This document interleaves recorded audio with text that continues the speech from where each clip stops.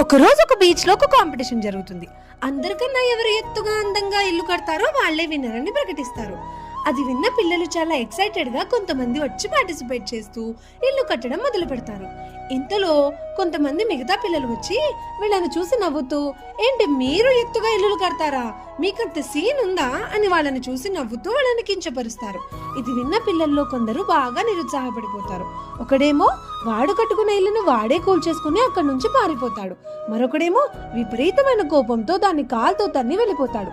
ఇంకొక అమ్మాయి తన మీద తన డౌట్ తోనే అలా ఏడుస్తూ అక్కడే కూర్చొని ఇంకా పార్టిసిపేట్ చేయనని అలుగుతుంది.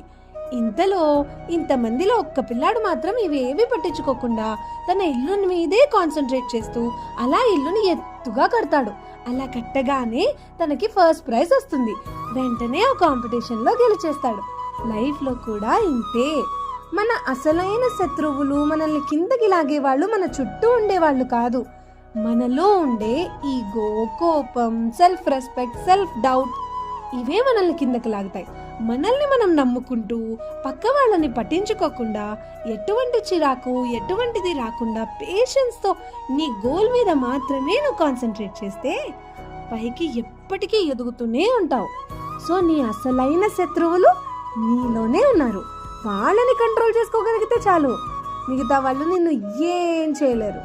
ఒక్కసారి ఆలోచించు. కథ మీకు నచ్చిందా? జాగ్రత్త.